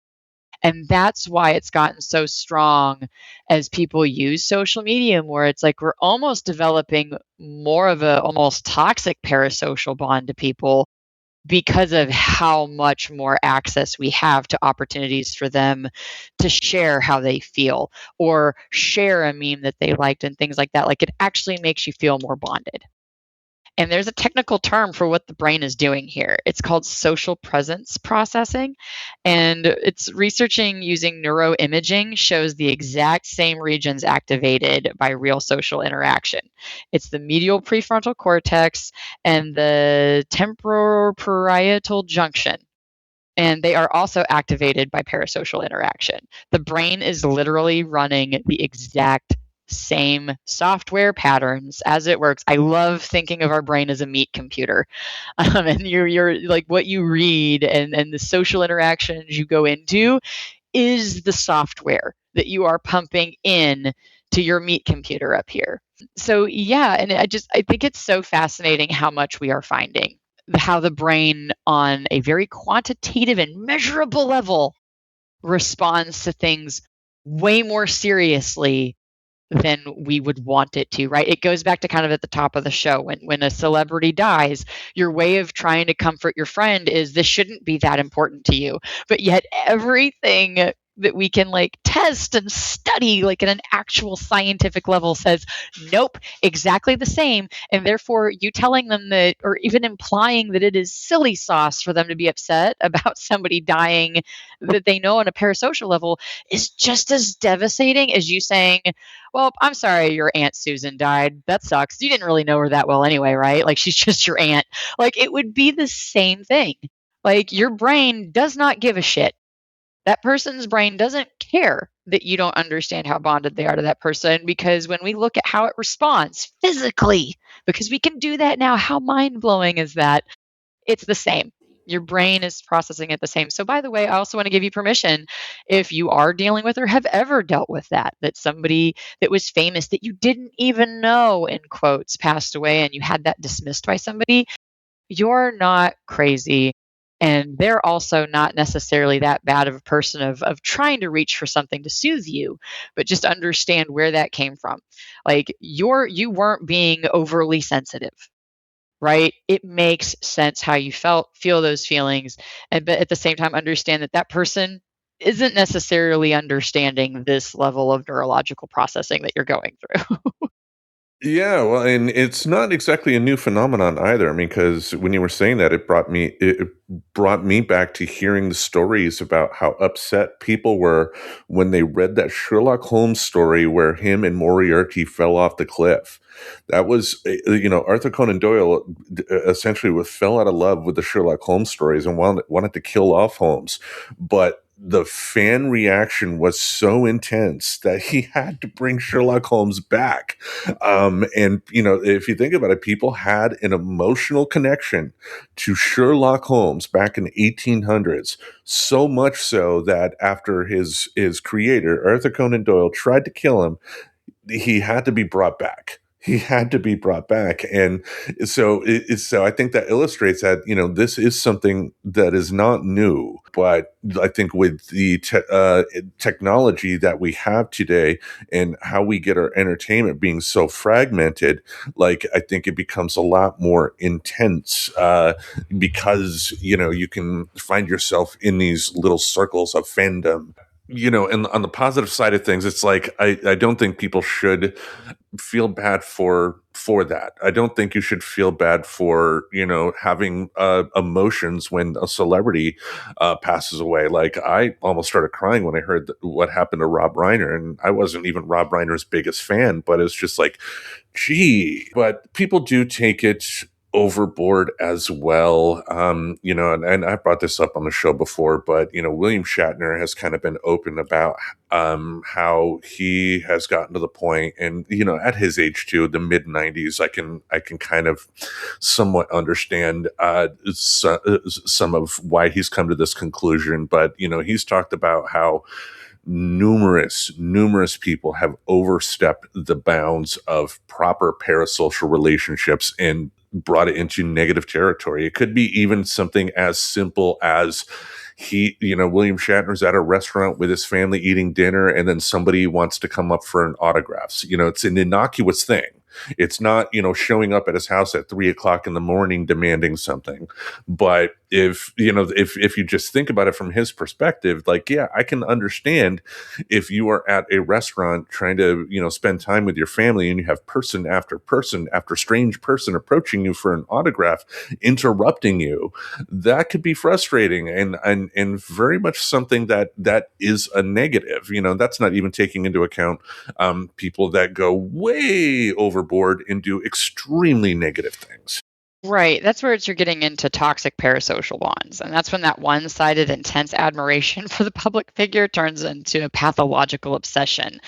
And again, this isn't, it's the same mechanisms that convince somebody to stalk anybody, right? Like it's not even special. Like, it's not special to the parasocial thing, right? Like some people will start obsessing and be like, no, no, no, you don't understand. I need to be a part of your life. I need to be a part of your life in a very specific way. And I can't help but feel like that has been exacerbated by what we talked about in the multi-generational home episode is we have really had like a lot of shakeup in the last handful of decades to what our social group is, how big it is, how often we actually see people. And I think this is kind of just a bad manifestation, a negative manifestation of our social networks not really working for us. And I know a little bit of a teaser. I believe the next episode we are going to record and therefore play after this is going to be talking about the illusion of social media and how that maybe isn't properly replacing our social networks as well as we want it to. And I think that's because it makes it so much easier to slip into this toxic version, right? It makes it so much easier when it's online and you have this feeling that it's not the same. But what are we learning? We do react the same. And that also means the negative stuff, right? Like people don't like constantly feeling like they're chased after, right? It puts you like where you're almost in flight or fight. And now just because somebody isn't walking up to you and bugging you constantly or leaving things physically at your desk, I could see those same things playing out. We're on a neurological level. It's the same. If somebody's constantly leaving you disturbing messages, if somebody's constantly commenting, liking, or hearting every single thing you do, like there are signs that that is spinning up. Whether it's a famous person that has never directly interacted with you, or whether it is just, the girl from work that you added that you thought was kind of cute, and then you start doing those same things, but that one can get more complicated because then you can also do it in person too. Yeah, yeah. Don't do that, people. But As my son throws plastic eggs up in the air. there you go. But some people do end up feeling entitled as well. I mean, think about the multitude of celebrities that have done something stupid or bad or anything like that. And you will have fans that will be out there wanting explanations of some sort. Like we'll throw the name out again for your own trauma, Louis C.K. Think of how many people approached Louis C.K. Via social media or whatever, demanding some form of explanation for what he did. And like at the end of the day, he doesn't need to explain to me why he did what he did. It's like his actions did not affect me. His actions affected other females in the comedy world. If he owes an explanation to anybody, it's to them, to the people he directly hurt and everything like that. And it's like, on the one hand, like I have no problem with the media reporting what he did. It's just like, at the end of the day, I think it is a negative that some people feel that they do deserve some sort of an explanation. Like it's like you don't, Right. Well, that's if that betrayal, though, right? Like yeah, that's ultimately you're reacting to feeling betrayed because again, we really value that predictability. I don't we know if do. that came through or not. Something just fell behind me, but we're all good. You really value that predictability, and so when somebody moves away from that, you feel betrayed. And again, it almost goes to that when you feel that urge that I need an answer from this person, I need a certain response from this person, that might be the thing that is your sign to pause, right? Of if you could be potentially tipping over into that toxic parasocial dynamic. And I think, again, it goes into that's why it's so important to talk about is so that you can have awareness so that you don't become that person. Because think about it, like that is like probably a lot of internet trolling is parasocial bond related. Like that you made a comment about somebody that this person has a very big amount of dedication towards. And so they're going to fight you about it because they feel like they need to defend Charlie Kirk's honor. Um, you know what I mean? So, like, meanwhile, no, we don't. Charlie Kirk doesn't, I mean, he's dead. So it's kind of like a weird example. But like anybody living that is in that parasocial dynamic, that is the podcaster or the figure of the parasocial dynamic, does not care that you are defending them. They do not need you to defend them. And also, like, you need to take into consideration if it's like a post or something they made. Let's look at The Rock, for example. Are you getting upset, your knickers in a twist, or really, really praising this person over anything that they actually wrote? Or is it just the person running their social media accounts? Because we're now running into that too. You have people who are hired to make this person look personable and relatable. Meanwhile, they're not really. And that's what could be interesting about the stuff with The Rock, is if we do find out that somebody is running it and portraying him as this awesomely approachable person, like down to earth or whatever, and then you go and you see him in public thinking, hey, he's a cool dude and I can approach him, and he is an asshole to you because no, he's not. That again is going to feed into that sense of betrayal. So that betrayal can happen on different levels. And I would say that feels more personal than them just pivoting or changing their mind on a podcast or on a post. Yeah, because when you have that parasocial relationship, it for some people can substitute a real relationship. And I think that is something you do have to look out for. Like, I don't think there are many people that develop a parasocial relationship thinking, I'm going to take this to the worst possible way that I can. You know, what was his name? The guy who ended up murdering John Lennon. You know, I don't think he started listening to the Beatles music thinking, you know what? How about I get a gun? And you know what I mean? You know, he didn't start out that way, but it ultimately led that way. And yeah, you could argue that, like in his case or in other cases, you know, there was mental health issues that were not being addressed that helped lead to that. And, you know, that is certainly something to consider as well. But, you know, you do have people that will take it overboard. Think about the people that will constantly, you know, just do something simple like you mentioned, of making constant negative social media remarks to a person over and over and over again. You know, and it's like you can ban somebody, but that doesn't stop that person that was banned from creating another account. You know, it's possible to do that. And it's like the danger at the end of the day is it's not the danger is not a parasocial relationship in and of itself. It is the imbalance. Like, you know, you're going to have emotional reactions to stuff that people you develop a parasocial relationship for, either positively or negatively. But you have to remember that there is a balance. Like, you don't really know these people. And, you know, like with Frank Oz, just because he liked one tweet that I did doesn't mean I'm getting a Christmas card with him, or that we meet and eat salad once a month. You know, Right. it's like you have to keep in mind just where things really are. And it's kind of going back to what William Shatner said as well. It's like, I think there are a number of celebrities that understand that part of the job does mean that you're going to have random people come up and be like, I saw you in that thing. And you know, it's up to you as the celebrity to deal with that in as polite a way as possible, so long as we're not talking about, you know, can I get your autograph when you're at the urinal? You know.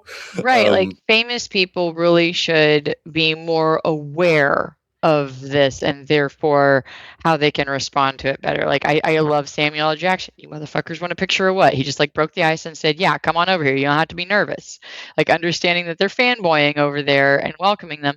Look at some of the videos that will get leaked of, you know, like Taylor Swift or some of these other performing artists that realize a child is crying in the front row, and they actually stop and go hug them.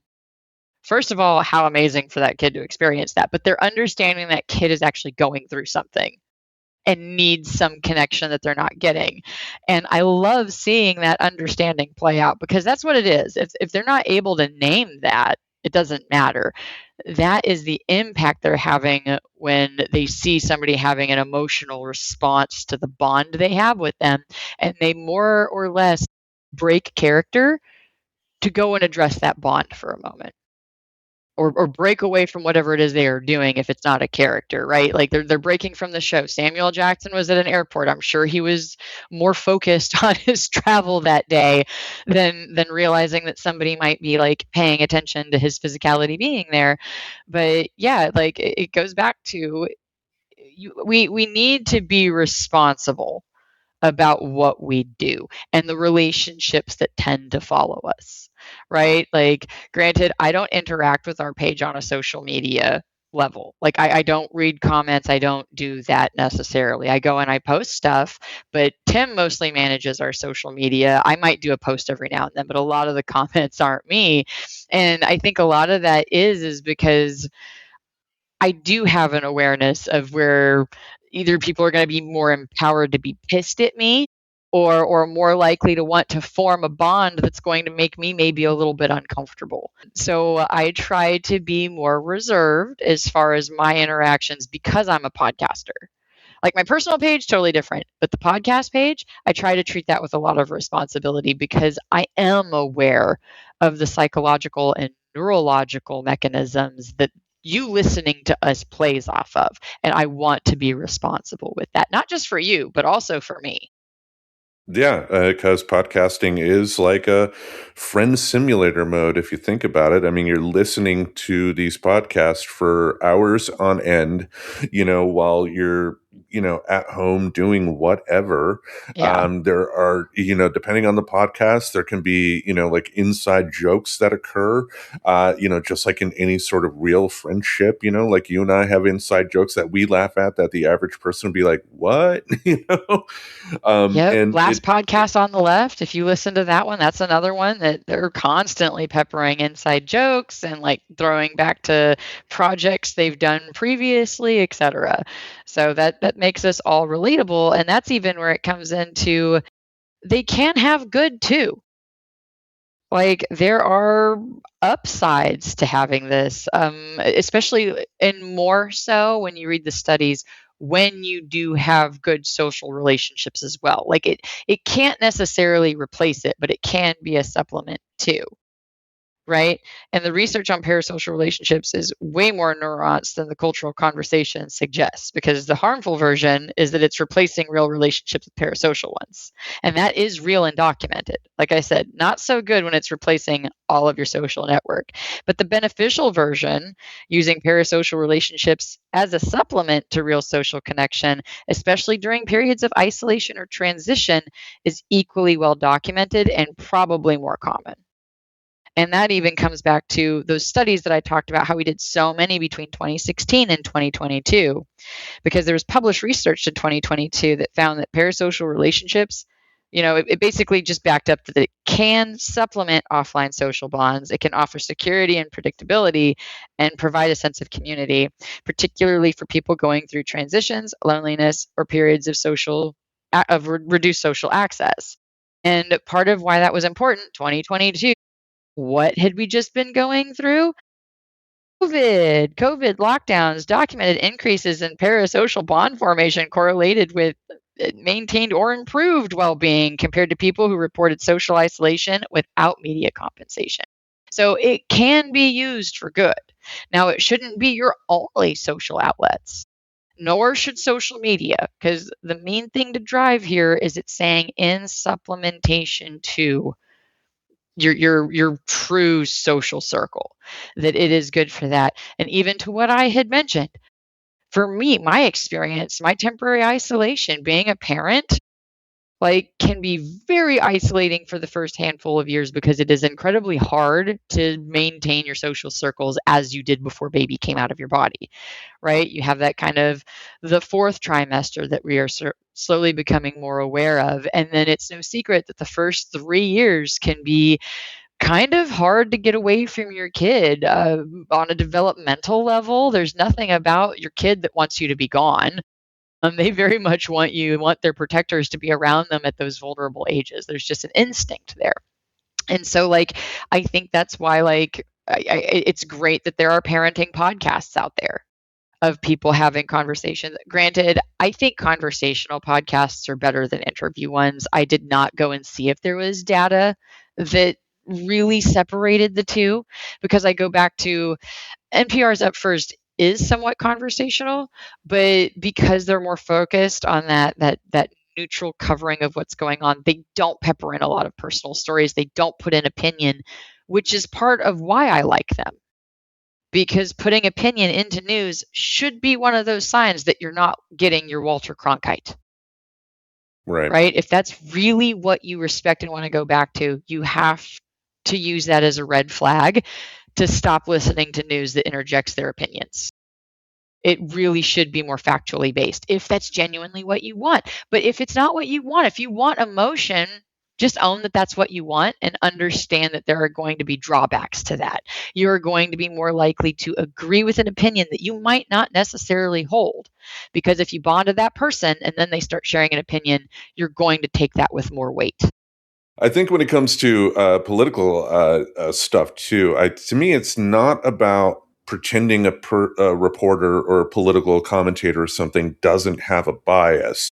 It comes with how they deal with stuff that goes against what their biases are, if that kind of makes sense.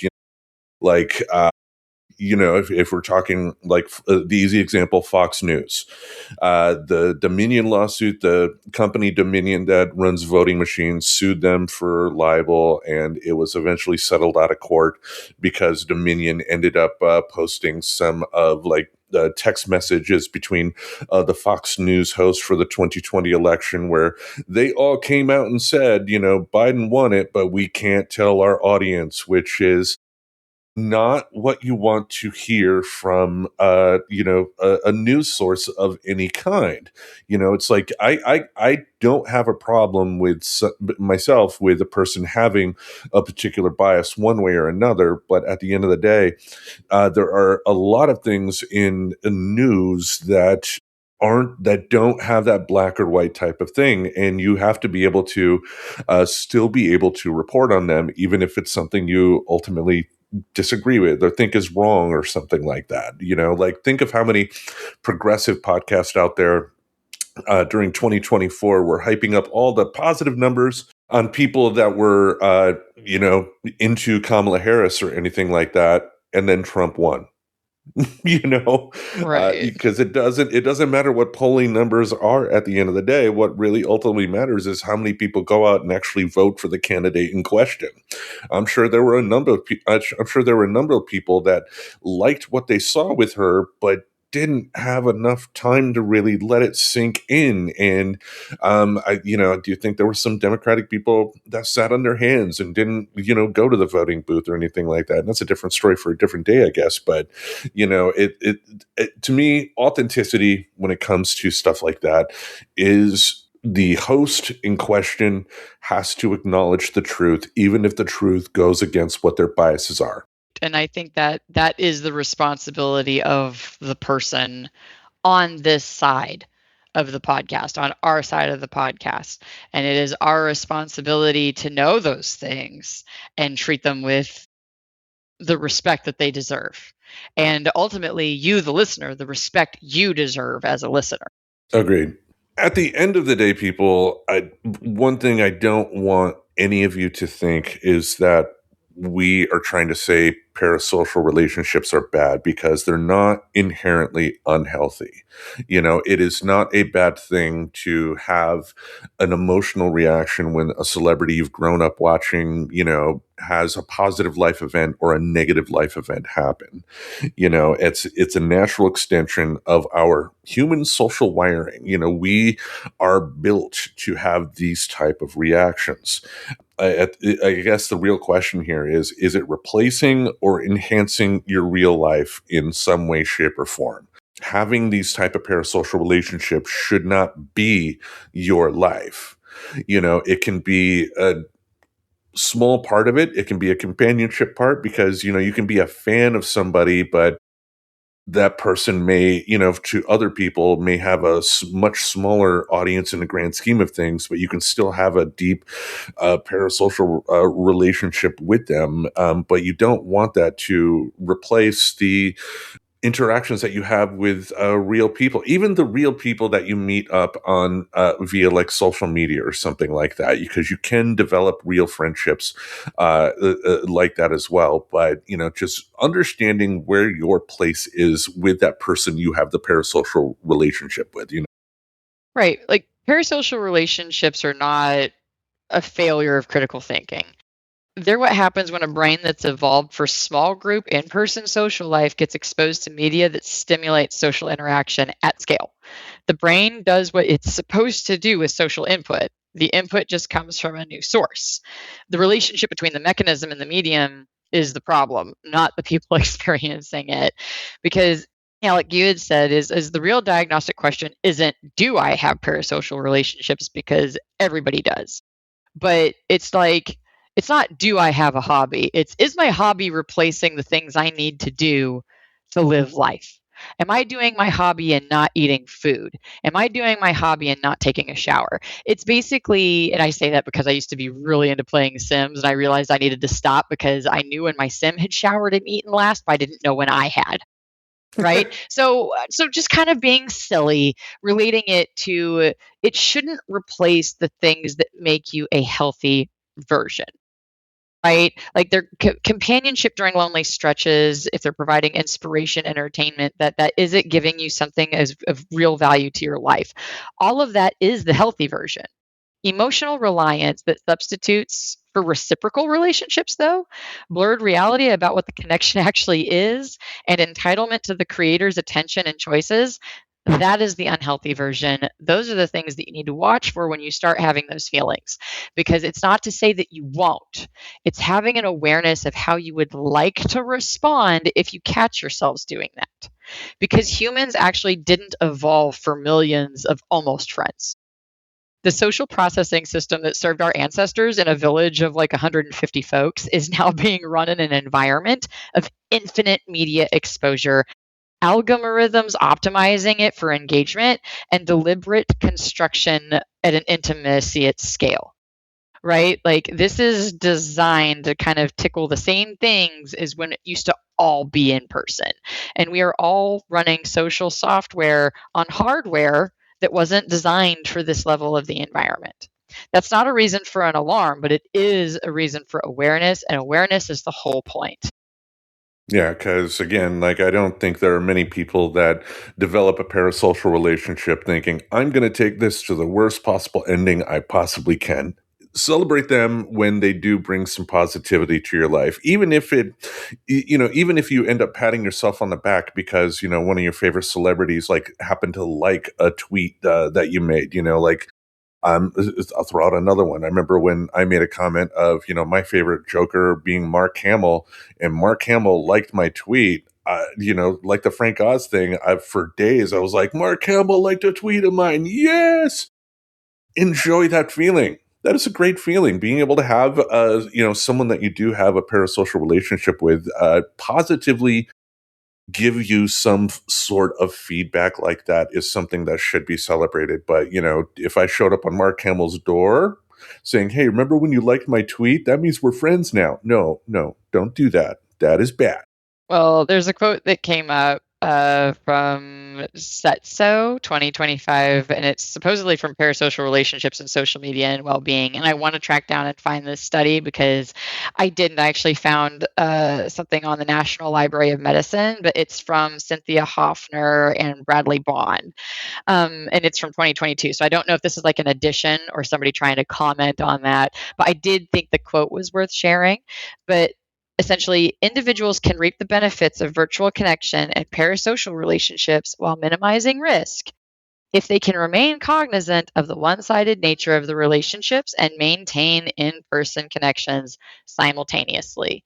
Again, don't stop eating food and taking showers because of the new game that you have. Understand that those physical in person relationship, in person connection does matter. It matters a lot. And so it's not a viable and appropriate replacement for that, but it can be a great supplement for that, especially as we've come to a time where our social tribes have gotten smaller. We don't stay at the same job for 10 years anymore, right? That's where a lot of friendships can come from work. We don't live in the same town that we graduated high school from, right? So we no longer have like those 20-ish people that stay consistently in your life. And a lot of them we do still have, but it's only through our social media that we've maintained connections because we've left and moved to jobs or we've left and moved to other states. That's me. Like that really keeps me in connection with people because I have moved so much. But yeah, like essentially it can't replace it. If you get really, really in to making macaroons, that can't be every meal that you have. It's not Yeah. good for you. Sorry, spoiler alert, you need your vegetables. You need proteins, you need other starches. Like you need in-person interaction with people because I would dare say that you could probably find an easy connection that the people who do go the very toxic parasocial route, it's probably in a way acting out that they're not getting fulfilled for their social connections, especially in person. That I could see that being a lot easier to dive into those toxic relationships when you don't have the healthy dynamic to counterbalance that. Agreed. And I think that is a fine time to put a kibosh on this particular topic. I do thank you for all of your wonderful insights this week. Yeah, no, this one is a bit of a cooler topic than I thought. We went on for a little bit, but hopefully you guys stuck along for the ride. Yes, Future Tim will have some editing to do, but that's why we hire Future Tim, apart from his massively good looks. Anyway. Yes, and that's where the Reverend Tracy gets to bow. Is like, I'll talk to you next week because I have a toddler I have to raise. I was playing The Floor is Lava in the background. For anybody who was curious if there's any weird noises that came through, the baby Reverend has somewhat recently discovered The Floor is Lava. And now we have to set up the floor is lava things for him to go through and melt down into the ground for. So carrying on with my week will probably be more floor is lava, possibly at a different location because it's windy as hell today. Gotcha. Yeah, I believe it's going to be in the 60s out here today. Another day where I will not have to bring my coat to work, but hopefully there won't be too many dogs that will want to jump up because some of the dog claws, when they like hit my belly or something like that, kind of hurt. Yeah, especially the bigger dogs with maybe not necessarily kept up nails. That can be Yeah, hard when yeah. they're big. Yeah, but different story for a different day, folks. But I think you already hinted at it. Our next week's episode, I think we're going to be tackling social media. Yeah, so because this is going to be a bit of a learning thing for me because I want to know some of the questions I had today is is this a good replacement or are we going to find that it's similar to parasocial that it's only good as a supplement? So that's my big question today. I do not know that. I have looked nothing into this today. So I'm going to be learning a lot and leading that one, hopefully not too long windedly, for our next episode.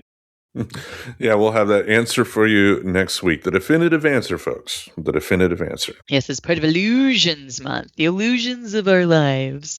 There we go. Yes. Anyway, each Monday, we'll have something in this podcast space to entertain your ear holes. Until we meet again, we bid you adieu.